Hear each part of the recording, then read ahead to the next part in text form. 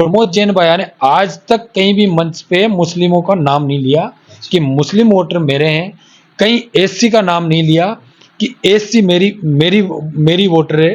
प्रमोद कुछ लोगों के ऊपर, मुस्लिमों के लड़कों को ये कट्टे बनाना सिखा रहा है। 12 में अपराध की जड़ ये प्रमोद जैन भैया है। इसने ऐसे लड़कों को तैयार किया था पिछले बार, विष्णु गर्ग को इनका सरगना बना के, जो एक अध्यापक था, और उस अध्यापक को इसने सरगना बनाया। ये कट्टे बनाने के कट्टे, देसी कट्टे जो बनते हैं, जो प्रमोद जैन भैया बनवाता था, ये सप्लाई करवाता था। मैं आरोप नहीं, मैं सच्चाई लगा रहा हूँ। इस बात का मुकदमा दर्ज है कोतवाली में। और कोतवाली में बयान कबूल आया उन लोगों ने। अभी बूंदी जेल में बंदे बोली थी कि नरेश मीणा चुनाव नहीं लड़ेगा और लड़वाएगा। फिर अंत में ये चुनाव लड़ने का जो आपका जो निर्णय था वो किस तरह से हुआ, ये बताओ, जबकि आपने मना किया था। देखिए, तो डोटासरा ने आपको टारगेट किया, प्रमोद भैया ने आपको टारगेट किया बजाय बीजेपी के, तो इसकी वजह क्या रही? यानी कि बीजेपी को टारगेट क्यों नहीं कर रहे हैं वो लोग? इसकी वजह है ना,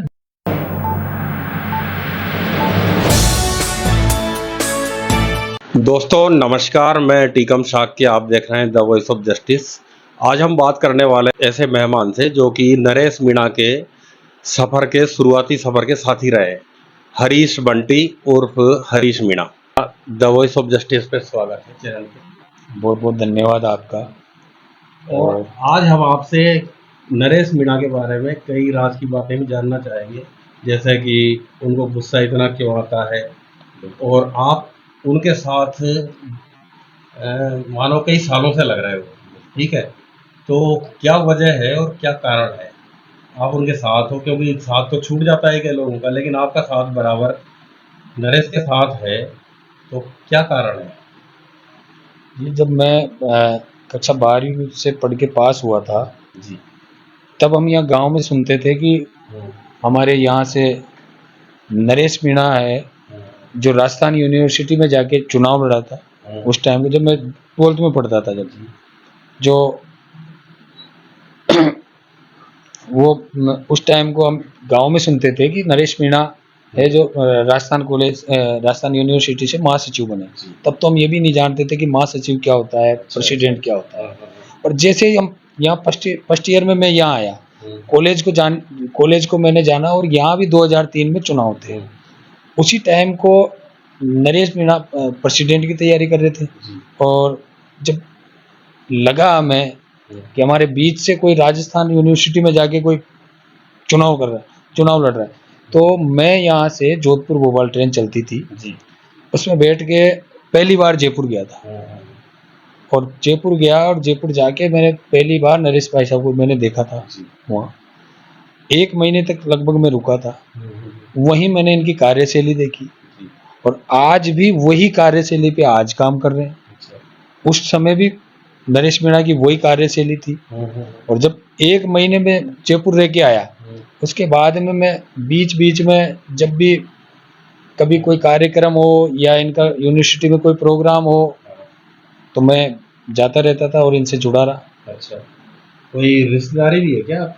नहीं, मेरी रिश्तेदारी नहीं है। मैं तो एक फेम था। अच्छा, नरेश मीणा का उस टाइम को भी फेम तो एक होता है, एक फेम था नरेश मीणा का नाम उस टाइम को भी। अच्छा, हम लोगों में इतना चर्चित था, और लोग यहाँ आके, हम जब गांव पहुंचते थे तो लोग बातें करते थे कि नरेश मीणा किस तरीके से चुनाव लड़ा, क्या हुआ, और कैसे महासचिव के बाद में मैं प्रेसिडेंट के चुनाव में मैं गया था। जब राजस्थान यूनिवर्सिटी का पहला प्रेसिडेंट का चुनाव लड़ा था इन्होंने 2003, उस टाइम में गया। तो यहाँ जो हम आते थे तो लोग पूछते थे कि जयपुर में किस तरीके से चुनाव होते हैं, जयपुर के कैसे चुनाव लड़ा जाता है, इस तरीके से। और नरेश भाई साहब के बारे में हम यहाँ बताते थे लोगों को कि एक अकेला जो 12 से गया है, और वो उसकी उस टाइम। बीच में आपका सवाल है मेरा, जिस तरीके से मीणा समाज की छवि बन रही है अभी, हाँ, और लोग कहते हैं कि अरे मीणा है, इस तरह का वो हंगामा खड़ा करेंगे, जीत जाएंगे। तो ये छवि जो बना रखी है या बनी हुई है, तो आप लोग अंता की जनता को किस तरह से संतुष्ट कर पाओगे, ये बताओ आप। देखिए, मैदान में आप मेरी बात सुनो।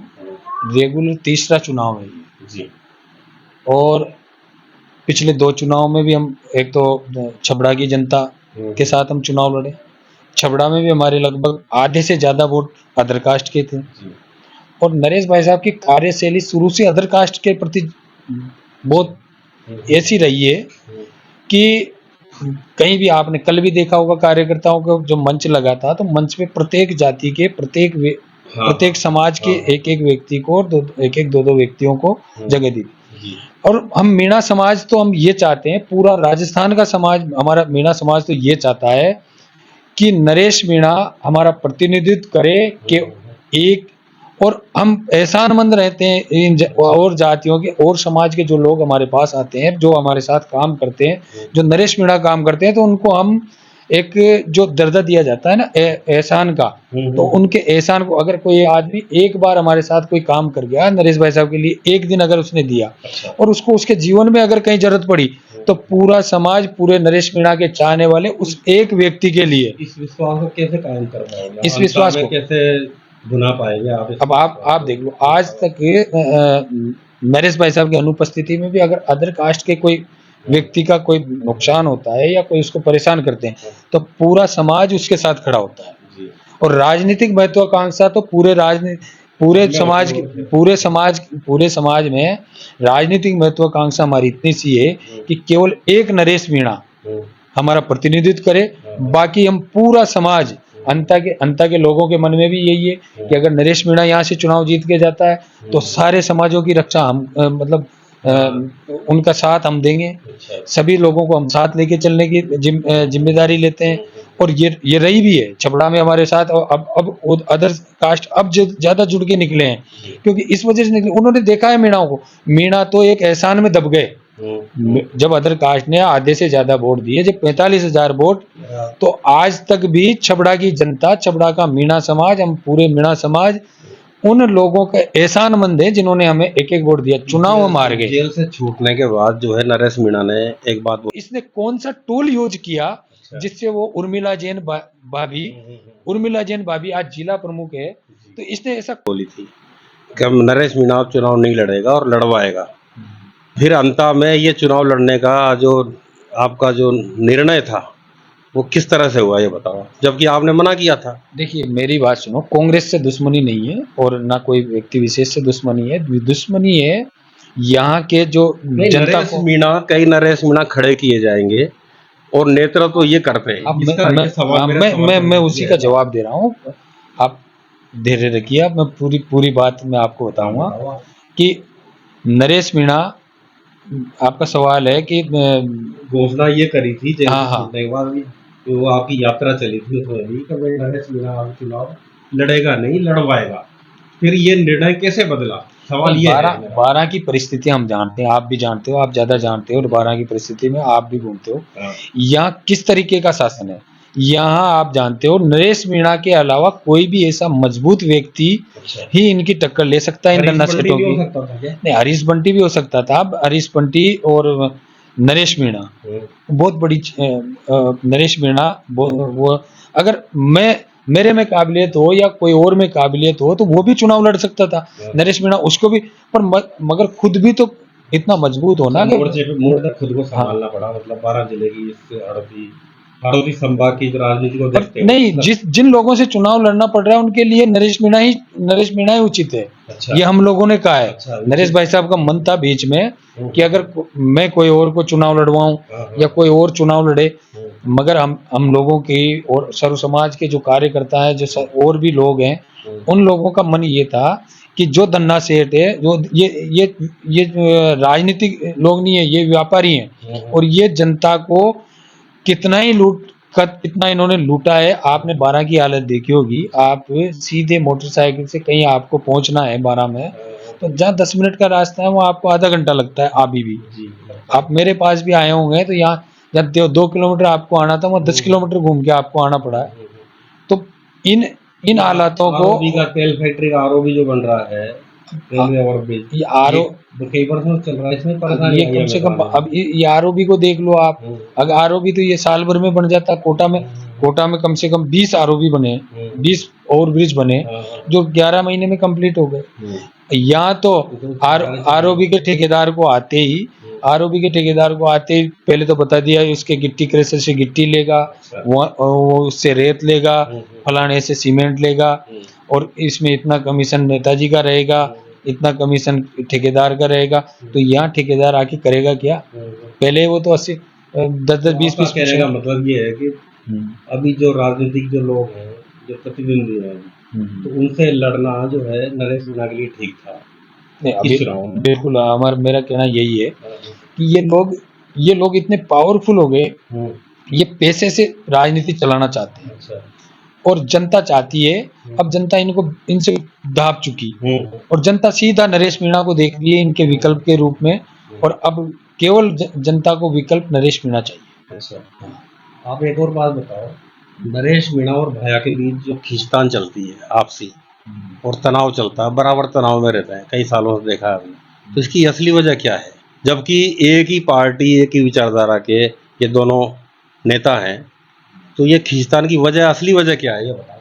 देखिए, इसमें खींचतान की कोई वजह नहीं है। नरेश मीणा ने शुरू से जयपुर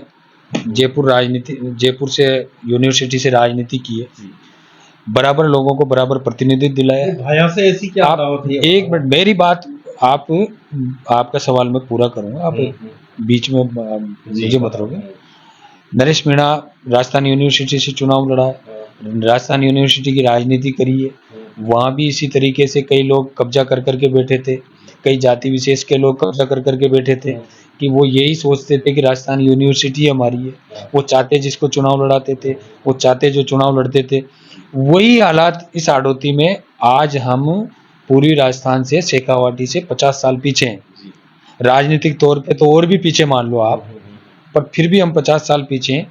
उन हालातों को देखते हुए जब नरेश मीणा ने यहाँ के हालात देखे, तो यहाँ आपने देखा होगा राजनीति में कांग्रेस हो या बीजेपी हो, केवल गिने चुने चंद 4 लोगों का, जो नरेश भाई साहब भी मंच पे भी उस बात को कहते हैं, आम अपन बैठे हैं तो उनमें भी वही बात कहते हैं, चंद केवल 4 ही लोगों ने हाड़ौती पे कब्जा कर रखा है। और इन 4 लोगों के कब्जे से निजात दिलाने के लिए यहाँ की जनता इतनी त्रस्त होगी, और उन 4 लोगों ने 40 आदमी ऐसे नियुक्त कर रखे हैं जो पूरे 12 को कोटा को चला रहे हैं, 12 कोटा झालावाड़ को चला रहे हैं। यहाँ कोई भी आदमी, कोई बाहर ही भी आ गया, वो स्थापित हो गया, 5-5 बार सांसद रह लिए। यहाँ मैनेजमेंट ऐसा चलता है कि एक बार तू एक बार मैं। अगर गठजोड़ है, मतलब गठजोड़ है, गठजोड़ इतना तगड़ा है कि पति पत्नी जैसा इनका गठजोड़ है। इन कांग्रेस बीजेपी का यहाँ पति पत्नी जैसा है। जैसे अगर पति पे कोई संकट आए तो पत्नी उसके साथ खड़ी होती है, भले हालात कैसे भी हो। उसी प्रकार से अगर पत्नी के ऊपर कोई संकट आए तो पति उसके साथ खड़ा होता है, हालात उसने पति ने गलती कितनी बड़ी करी हो, उस गलती को छुपाने के लिए पत्नी आगे आ जाती है। और जब पत्नी अगर कोई बड़ी गलती कर देती है तो पति उसकी गलती को छुपाने के, उसी तरीके से पति पत्नी का सा संबंध यहाँ कांग्रेस बीजेपी का है। यहाँ के जो 4 नेता हैं उनमें आपसी पति पत्नी जैसे संबंध है। इसको तोड़ना चाहते हो? उसको टूट गया लगभग। अब ज्यादा वो नहीं है। ये इतना बड़ा सेट था। लोग जब हम 2017 में हमने कवाई में जो डंपर वाला इसके रेत के डंपर को रोका था, उस टाइम को लोगों ने हमसे कहा था, अरे बायो तो ऐसा कर दे, वो बायो मसल दे, वो बायो ऐसा कर दे, वो बहुत डराया लोगों ने हमें। और जब हाड़ौती में मजबूती से नरेश मीणा हमारे साथ खड़ा हुआ तो आज डर नाम की तो कोई चीज है नहीं। हमारे ऊपर इतने मुकदमे लगे नरेश भाई साहब के ऊपर पिछले 2 साल में 15-20 मुकदमे। मुख्य कारण यही है कि यहाँ की जनता को निजात दिलाने के लिए, 4-5 धन्ना सेठों से निजात दिलाने के लिए। नहीं, भाया कोई नहीं, इन 4 लोगों को जिसमें सबसे ज्यादा नुकसान अगर 12 की जनता का किया है तो प्रमोद जैन भाया ने किया है। एक सवाल मेरा बीच में, क्या भाजपा और भाया का गठजोड़ संभव हो सकता है किस चुनाव में? वो तो जैसे अभी हमने देखा टिकट बंटवारे में आज आखिरी दिन है, तो आज भाजपा ने घोषित किया है। आज ही आप नरेश भाई साहब के फेसबुक पेज पे एक ऑडियो जारी हुआ है। अच्छा, उस ऑडियो को देखना। उसमें ये प्रमोद जैन भाया और ये उससे लगभग 2 घंटे की मुलाकात करके आया था अमित शाह से। अच्छा, अमित शाह से मुलाकात करके आया और वो इसके लोगों में बैठ के ये कह रहा है कि हमने 1 घंटे तक गप्पे लगाई, हमने चाय पी, अच्छा। इस तरीके के इसके रिश्ते देश के गृह मंत्री से होना, और ये यहाँ से जब ये कैबिनेट मिनिस्टर था, और ये उस ऑडियो में कह रहा है कि आप 100 से लेके 1000 करोड़ 2000 करोड़ कितने ही रुपए का ऑडियो मैं का एडजस्ट करूंगा। क्या ऑडियो का वो है? ऑडियो का ऑडियो आप में उन्हीं इसकी की आवाज है या किसी और की आप आवाज उसके उसकी आवाज को जनता जानती है, आप उसकी आवाज को जानते हैं। एक बार कान लगा के या है? ईयरफोन लगा के सुनिए। गुंजल ऑडियो भी वायरल हो रहा है। गुंजल साहब के लिए बोल रहा है कि मैं हाँ वहां हाँ, गया 25 लाख दिए 50 लाख दिए इस तरह। उसमें क्या सच्चाई है? उस ऑडियो में आप भाषा शैली देखो इस बाया की। एक गली का गुंडा जिस तरीके की भाषा यूज करता है, उस तरीके की भाषा से गुंजल साहब के लिए बोल रहा है कि गुंजल साहब ने चड्डी खोल दी। इस अच्छा। तरीके, हाँ, इस तरीके की इसकी भाषा है। गुर्जर समाज इतना बड़ा हाड़ौती में, जिसको ये केवल वोट बैंक के, हर समाज को ये वोट बैंक के तरह यूज करता है। और बेक में जाके उन समाजों के बारे में ये क्या बोलता है, क्या बोला है इसने गुर्जर समाज के लिए कि गुंजल साहब ने पूरी चड्डी खोल दी। अच्छा। 25 लाख रुपए का तो खाना दे दिया, तब भी वोट नहीं दे रहे। देवनारायण की कसमें खिलानी पड़ी। जिस देवनारायण भगवान को यहाँ पूरे 7 समाज जिस देवनारायण भगवान को पूजती है, और जिस देवनारायण भगवान के नाम पे ये अभी 2 दिन पहले वोट मांग रहा था, उन्हीं देवनारायण भगवान का ये मजाक उड़ा रहा था। उस ऑडियो में आप सुनना पूरा उसको, ऑडियो को, ये थोड़ा सा क्लिप सुना दो। आप उस वीडियो को, ऑडियो को पूरा सुनना, हमारे पास पूरा ऑडियो है, आप उसको सुनना जी। नरेश मीणा के साथ जो युवा जुड़ रहा है, तो ऐसा क्या क्रेज है उनके साथ? देखो जो मेरी युवाओं की फौज पीछे लगती है। मेरी बात सुनो, हर टाइम राजनीति का अलग अलग टाइम होता है। अच्छा।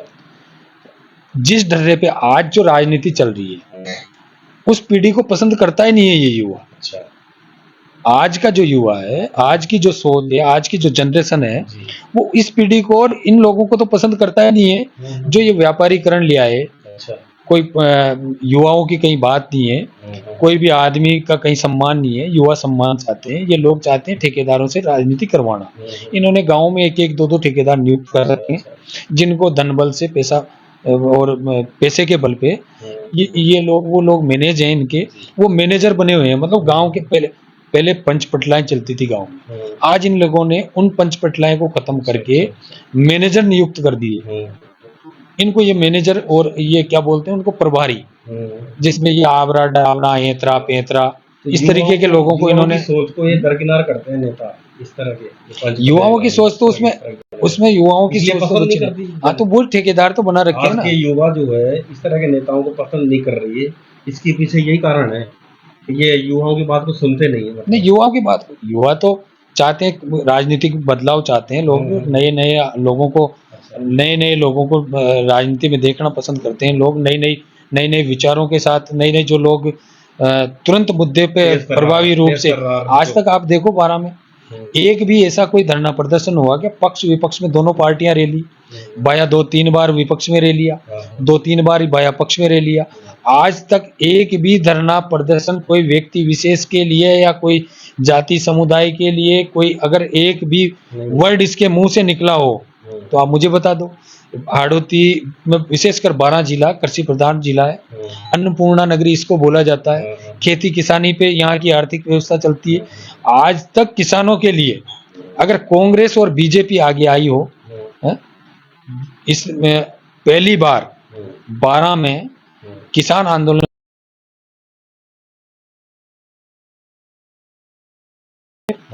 कलेक्टर और एसपी को चढ़ाया तो 8.5 करोड़ रुपए तुरंत के तुरंत 2 दिन के अंदर किसानों का मुआवजा डालना पड़ा था। तो लोग चाहते हैं, युवा चाहते हैं कि इस तरीके का बदलाव हो, तुरंत फैसले हो। लोगों को ये नहीं चाहिए कि आप पार्टी के पीछे बंधे रहो, पार्टी की विचारधारा में हम पार्टी से बंधे हुए हैं। बंधे हुए लोगों के साथ युवा जाना ही नहीं चाहते। युवा अभी जो जिसके साथ हो जाएगा वो बदल सकता है। बिल्कुल, युवाओं ने तो बदला है, अब परिवर्तन आ रहा है। अब आप अंता में देखना, अंता में उस दिन आप देखना, और जब भी नरेश मीणा के साथ जो भीड़ चलती है उसमें देखना, आप सारे युवा 30 साल के आसपास के मिलेंगे आपको, 30 से नौजवान मिलेंगे। एक बात बता दो, आप नरेश के साथ आप बरसों से हो, कई बरस हो गए उसको, तो ये गुस्से का कारण क्या है? नरेश को इतना गुस्सा क्यों होता है बात पर, ये बताओ। देखो, आप समझाते नहीं होगे उनको, आप साथी नहीं, हम साथी हैं, बैठ के आपस में इस चीज पे बात भी करते हैं, और वो खुद भी इस चीज पे बात करते हैं। गुस्सा व्यक्ति तब होता है जब कोई चीज़ को बदलना चाहें और कोई चीज़ को अपन बदलना चाहें, अगर वो चीज़ बार बार वो चीज़ रिपीट हो रही है सामने, तो व्यक्ति को गुस्सा आना लाजमी। नरेश मीणा ने शुरू से अपने उनके परिवार में भी पंचायत राज देखा है शुरू से। जब नरेश मीणा भी जब उस टाइम को स्कूल में थे, तब से उनके पिताजी सरपंच रहे, निर्विरोध सरपंच रहे, माँ सरपंच रही है, उनके पत्नी जिला परिषद सदस्य रही है और उनके छोटे भाई की वाइफ पंचायत समिति सदस्य रही है लगभग 25-30 साल से। तो वो जो लोग वो जो देखते हैं, वो जमीन से जुड़े हुए गरीब लोगों को जो देखते हैं, रोजाना जो एक एक कागज लेके उनके पिताजी के पास आते हैं, उन लोगों में आज तक भी बदलाव, यहाँ पूरे 12 जिले में वही हालात हैं। और पंचायत राज में उन लोगों ने वहाँ उनकी पंचायत में जो बदलाव किए हैं, उसी बदलाव को पूरे जिले में स्थापित करना चाहते हैं। तो अगर जब जनता उनके साथ है और ये जो लोग हैं, ये पैसे के बल पे इस पे आज ये बने बैठे हैं, ये बाद में जनता को स्वीकार नहीं करते, जनता के मुद्दों को स्वीकार नहीं करते, गुस्सा किन पर करता है? तो इन लोगों ये भी पे एक सवाल है। आज आप भी देख, जनता से गुस्सा करता नहीं है। आम जनता से गुस्सा नहीं करता, आम जनता के प्रति प्यार है, आम ये जनता का भी सिस्टम के प्रति आम जो जनता है, का भी जब उनको गुस्सा हुआ है, सिस्टम पे उनको गुस्सा सिस्टम हुआ के है, खिलाफ गुस्सा है, मतलब सिस्टम के खिलाफ जब भी गुस्सा हुआ है, आज जो सिस्टम चल रहा है, जिस तरीके की राजनीति चल रही है, उसके तब लोगों का प्यार ज्यादा मिला है। अच्छा, गुस्से से अब लोग कहते हैं, लोग नेरेटिव चलाते व्यवस्था के हैं, खिलाफ, मतलब व्यवस्था के खिलाफ गुस्सा, लोग नेरेटिव चलाते हैं, और नरेश मीणा तो गुस्सा करता है, करता है। तो पर वो गुस्सा किन लोगों पे करता है? वही गुस्सा एक आम आदमी के मन में है। आम आदमी हर जगह कह नहीं सकता, हर जगह आम आदमी को डराया धमकाया रखा है। उन्हीं आम आदमियों की आवाज को गुस्से के रूप में नरेश मीणा बोलता है, तो वो उन्हीं आम आदमियों की आवाज को गुस्से के रूप में जाहिर करता है। बात बताओ आप, अंता विधानसभा में मुस्लिम वोटर भी कम से कम 15 से 20 हजार के लगभग हैं। डाटा में 5-7 हजार बताए जाते हैं, लेकिन असलियत जो है 15-20 हजार के लगभग है।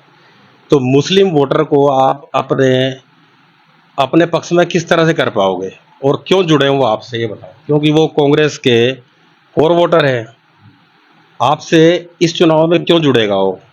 क्या मेरी बात सुनो, आप विस्तार से सुनना इस बात को। मैं पिछले 5-7 दिनों से माइनॉरिटी में ही हूँ, और मुस्लिम इलाकों में, मुस्लिम गांवों में मैं काम कर रहा हूँ लगभग 5-7 दिन से। भाई अबरार लगा हुआ है। उन लोगों के बीच में जो बातें निकल के, अभी आपने कहा कि 15-16 हजार है, ये भी आंकड़ा है, जबकि अंता विधानसभा में मुसलमानों की संख्या 24,000 है। ये एक एक गांव के आंकड़े हमने इकट्ठे किए हैं, तो 24,000 कुछ ऊपर वोटर मुसलमानों का है यहाँ। आज दिन तक प्रमोद जैन भाया को वोट देते हैं, मजबूरी है उनकी। उन लोगों से हमारी विस्तार से बात हुई, उनकी मजबूरी है, जो प्रमोद जैन भाया जैसे को, जो यहाँ इस बात को भी वो मुस्लिम जानते हैं। जब मुस्लिम उनसे आउट होता है, तो प्रमोद जैन भाया हिंदू मुस्लिम के दंगे तैयार करवाता है उनके लिए, तो मुस्लिम उसके पास बने रहे। अब इनकी संख्या इतनी है, आज दिन तक प्रमोद जैन भाया ने सिंगल मुस्लिम को एक को नेता नहीं बनाया, जबकि 24,000 तो उनकी संख्या है। मांगरोल एक ऐसा शहर है जिसमें उनके अकेले में 14,000 वोटर है। मांगरोल नगर पालिका में, चाहे तो वहां से ये चाहे जब चेयरमैन मांगरोल में मुस्लिम को बना सकता है, या उनकी संख्या है वो। कुछ वार्ड उनके ऐसे हैं जब 2-2, 5-5 वोट बीजेपी के जाते हैं, उनकी मजबूरी है, जो कांग्रेस में उनको वोट देने पड़ते हैं। इतने मतलब इतने प्रताड़ित होने के बावजूद उनको कांग्रेस में वोट देना पड़ता है। प्रमोद जैन भाया ने आज तक कहीं भी मंच पे मुस्लिमों का नाम नहीं लिया कि मुस्लिम वोटर मेरे हैं, कहीं एससी का नाम नहीं लिया कि एससी मेरी वोटर है। प्रमोद जैन भाया उस केवल लाता है, बड़े बड़े नेताओं को ले आता है, जयपुर में पैसे के बल से पूरी कांग्रेस को इकट्ठा कर लिया। मंच पे होना चाहिए थे यहाँ के 2-4 मुस्लिम, यहाँ के 2-5-10 एससी के लोग, यहाँ के 2-5-10 गुर्जर समाज के लोग, यहाँ के 2-5-10 ढाकर समाज के लोग, जिन लोगों ने इसको बनाया, उन लोगों को तो ये केवल वोट के टाइम पे अभी याद करता है। इसको पता है कि मैं पैसे दूंगा कुछ लोगों को, कुछ लोग इनके साथ मजबूरी में है, कुछ लोगों के ऊपर मुस्लिमों के लड़कों को ये कट्टे बनाना सिखा रहा है। 12 में अपराध की जड़ ये प्रमोद जैन भाया है। इसने ऐसे लड़कों को तैयार किया था पिछले बार, विष्णु गर्ग को इनका सरगना बना के, जो एक अध्यापक था, और उस अध्यापक को इसने सरगना बनाया। ये कट्टे बनाने के कट्टे, देसी अच्छा। देसी कट्टे जो बनते हैं, जो प्रमोद जैन भाया बनवाता था, ये सप्लाई करवाता था। आप भी आरोप लगा रहे हैं, सच्चाई है? मैं आरोप नहीं, मैं सच्चाई लगा रहा हूँ इस बात का मुकदमा दर्ज है कोतवाली में, अच्छा। और कोतवाली में बयान कबूल आया उन लोगों ने। अभी बूंदी जेल में बंदे वही लोग, अच्छा। उन इसी प्रमोद जैन भाया ने हमारी सुपारी दी थी, नरेश मीणा की सुपारी दी थी, अच्छा। कमल राठौड़ की सुपारी इस प्रमोद जैन भाया ने दी थी। और किस किस दम पे इसने ये कट्टे बांटता था अच्छा। लोगों को, नए नए लड़कों को हथियार चलाना सिखाना, अपराध में नई नई इसमें बिकवाना, अच्छा। गांजा, ताश, ये सारी चीजें जो जो लड़के यहाँ 12 की राजनीति में हिस्सा लेना चाहते थे, इस वजह से प्रमोद जैन भाई ऐसे प्रभावित हो गए, इसके पास पहुंचते थे, उन लोगों को ये एक बात बताओ, आपराधिक कार्यों में लिप्त कर देता था। अभी मंच से कांग्रेस की जो नामांकन रैली थी पाया की, तो डोटा सर ने आपको टारगेट किया, प्रमोद भैया ने आपको टारगेट किया बजाय बीजेपी के, तो इसकी वजह क्या रही? यानी कि बीजेपी को टारगेट क्यों नहीं कर रहे हैं वो लोग? इसकी वजह है ना डर। जब छबड़ा विधानसभा से नरेश मीणा चुनाव लड़ा, और अंता विधानसभा में प्रमोद जैन भाया जो चुनाव इसी वजह से चुनाव हार गया कि नरेश मीणा का टिकट कटा था। अच्छा। देवली उनियारा में कांग्रेस का प्रत्याशी तीसरे नंबर पे रहा है, जिसकी जमानत जब्त हुई है। और इनको ये डर है कि प्रमोद जैन भाया जो पैसे के नाम पे इसने पूरे राजस्थान में नाम चलाया है, राहुल गांधी की यात्रा को पूरी को पैसे के दम पे इसने पूरे राजस्थान में, इसने कहा कि पूरा खर्चा इसने किया है, इसने खान में इतना घोटाला किया है, बीजेपी के लोगों को भी इसने पैसे के दम पे दबा रखा है। इसके ऊपर आपराधिक, हमारे ऊपर तो क्या राजनीतिक मुकदमे हैं, राजकार्य में बाधा के मुकदमे, मेरे ऊपर 16 मुकदमे हैं, तो राजनीतिक बाधा के मुकदमे हैं। इसके ऊपर तो आपराधिक है, जिसमें इसके ऊपर है 354, जिसको लड़की छेड़ना बोलते हैं। इसके ऊपर है 420 जो गबन घोटाले का। गिरफ्तारी पर रोक है ना सबको? गिरफ्तारी पर रोक तो सेठ बेटा है ना इसका, तो कोटा, इसका सेठ कोटा बेटा है। अच्छा। ये उसका चेला बन जाता है, जब ये सत्ता में होते हैं तब वो चेला बन जाता है। इस तरीके से इनका गठजोड़ है, आपसी गठजोड़ है। तो हाँ, नहीं तो एक आम व्यक्ति पे अगर इस तरीके के मुकदमे होते हैं तो वो अब तक जेल के बाहर नहीं होता, चुनाव लड़ना तो बहुत दूर की बात है।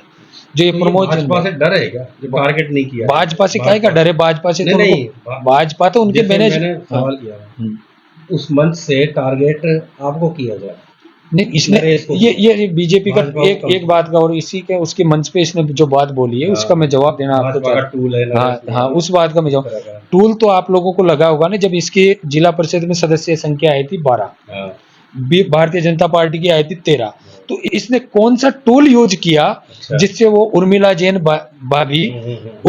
भाभी आज जिला प्रमुख है, तो इसने ऐसा कौन सा टूल यूज किया जिसकी वजह से आज उर्मिला जैन, तो इसका जवाब तो जनता मांग रही है। भाजपा का टूल कौन है, कांग्रेस का टूल कौन है? भाजपा को जहां चाहिए खरीद लेता है, टूल खरीदे जाते हैं। टूल ऐसे जनता के सामने बीच में लड़ाई नहीं लड़ते टूल। आज अगर टूल तो वो होता है जो 10-5 हजार वोट के लिए चुनाव लड़े, हम तो चुनाव जीतने के लिए चुनाव लड़ रहे हैं, और हम तो चुनाव जीत रहे हैं। इस वजह, इस बात का इनके डर है? तो क्या आपके हिसाब से आप ये जो चुनाव हो रहा है, उपचुनाव अंता में क्या रहेगा आपके साथ? जिस व्यक्ति ने ये कह दिया, बड़े मंच पे ये कह रहा है हर बार कि मैं जीते जी बीजेपी में नहीं जाऊंगा। अच्छा।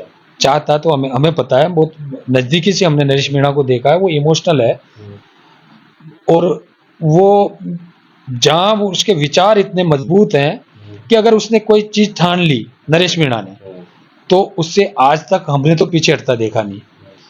भले जेल जाना पड़े, भले कोई आर्थिक नुकसान हो, भले कोई राजनीतिक नुकसान हो, अगर नरेश मीणा को विचारों में से कोई अगर फिट नहीं बैठा तो वो नहीं बैठा। वो प्रमोद जैन भाया हो, वो गोविंद सिंह डोटासरा हो, वो कोई भी राजनीतिक व्यक्ति हो।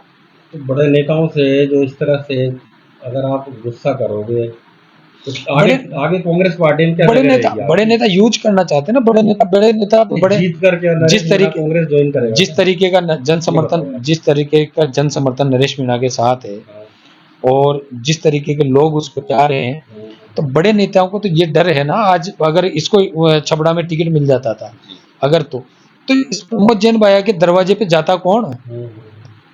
कांग्रेस तो इसने गिरवी रख रखी है। अच्छा। इसकी गिरवी से जिस दिन कांग्रेस मुक्त हो जाएगी और वापस वही पुरानी कांग्रेस जिंदा हो जाएगी इस 12 में, तो एक अलग ही तरह की राजनीति आपको देखने को मिलेगी। नई तरीके की राजनीति बिल्कुल नई शुरुआत तरीके की हुई है, हड़प्पी में राजनीति, मतलब। नए लोग राजनीति में आएंगे, नए साफ सुथरे लोग आएंगे। आपने हमसे बात की, इसके लिए आपका बहुत बहुत धन्यवाद। जैसे हमारे साथ हरीश मीणा उर्फ हरीश बंटी, आगे हम इसी तरह की वार्ता आपके सामने पेश करते रहेंगे। तब तक के लिए दीजिए इजाज़त, मैं Tikam Shakya, the voice of justice के लिए।